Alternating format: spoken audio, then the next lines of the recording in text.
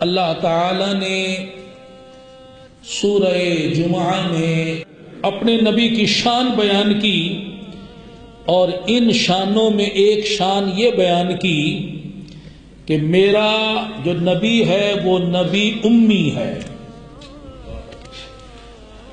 اور اللہ تعالی نے اپنے محبوب کو امی بنا کر بھیجا۔ امی اسے کہتے ہیں جس نے کسی سے پڑھنا لکھنا نہ سیکھا ہو، کسی سے پڑھنا لکھنا نہ سیکھا ہو اسے کیا کہتے ہیں؟ امی۔ تو اپنے محبوب کو اللہ تعالی نے امی بنا کر بھیجا۔ اور امی بنا کر کیوں بھیجا؟ اس کی ایک حکمت یہ ہے کہ اللہ تبارک و تعالی جس قوم کی طرف اپنا رسول بھیجتا، وہ قوم جن امور میں ماہر ہوتی، اپنے رسول کو صورتاً وہی کام دے کر بھیجتا۔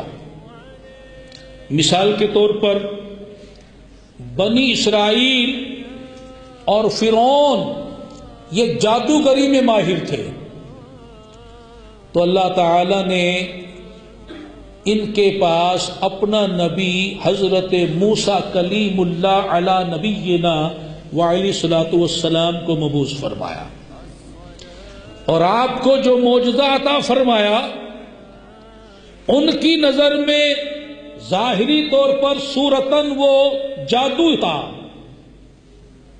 لیکن اللہ تعالی نے ان کے جادو کے مقابلے میں اپنے نبی کو معجزہ عطا فرمایا۔ آپ اپنے عصا مبارک کو جب زمین پر ڈالتے تھے تو وہ اژدہا بن جاتا تھا۔ آپ اپنے دست مبارک کو، دائیں دست مبارک کو بائیں بغل میں رکھتے، اور جب باہر نکالتے تو بڑھ کر چمک رہا ہوتا، ید بیضا عطا فرمایا۔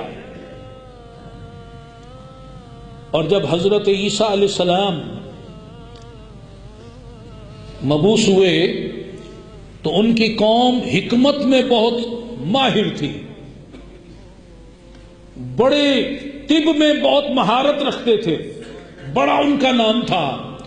اللہ تعالی نے ان میں حضرت عیسیٰ علیہ السلام کو بھیجا کہ یہ بڑے طب کے ماہر ہیں، ہم تمہیں معجزہ دیتے ہیں۔ اور وہ معجزہ کیا تھا کہ اندھوں کو بینا کر دیتے تھے، مرض برس والے جو اس وقت لا علاج تھے ان کو شفا یاب کر دیتے تھے، مردوں کو زندہ فرما دیتے تھے، اور مٹی کے پرندے بنا کر پھونک مارتے ان میں زندگی پیدا ہو جاتی۔ یہ چیزیں ان کے لیے حیران کن تھی، اور یہ معجزہ ان کو حق کی طرف لے کر آیا۔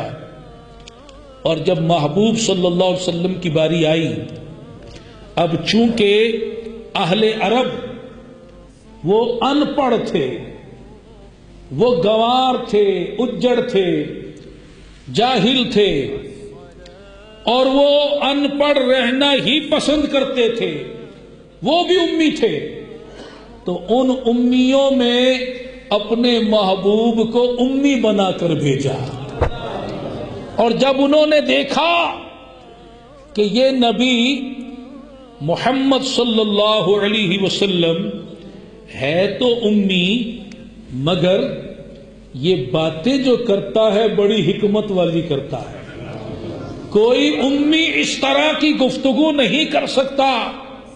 اور جب بڑے بڑے ان کے بارگاہ رسالت میں حاضر ہوتے تو پھر کیا ہوتا؟ جب سرکار کلام فرماتے سب کی زبانیں گنگ ہو جاتی، تیرے آگے یوں ہے دبے لچے فصحائے عرب بڑے بڑے، کوئی جانے منہ میں زبان نہیں بلکہ جسم میں جان نہیں۔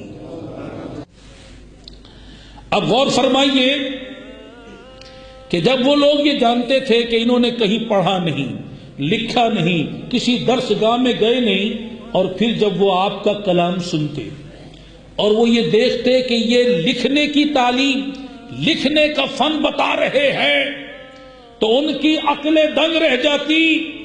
آپ صلی اللہ علیہ وسلم نے یہ جو معجزہ دکھایا، امی ہو کر امیوں میں علم کے دریا بہائے، حکمت کے چشمے بہائے، اور ان کے سامنے ایسی نورانی گفتگو فرمائی، ان کی عقلیں دنگ رہ گئی، اور وہ یہ سوچنے پر مجبور ہو گئے کہ یہ خود سے نہیں بول رہے، یہ جس کو اللہ کہہ رہے ہیں واقعی وہ انہیں بلوا رہا ہے۔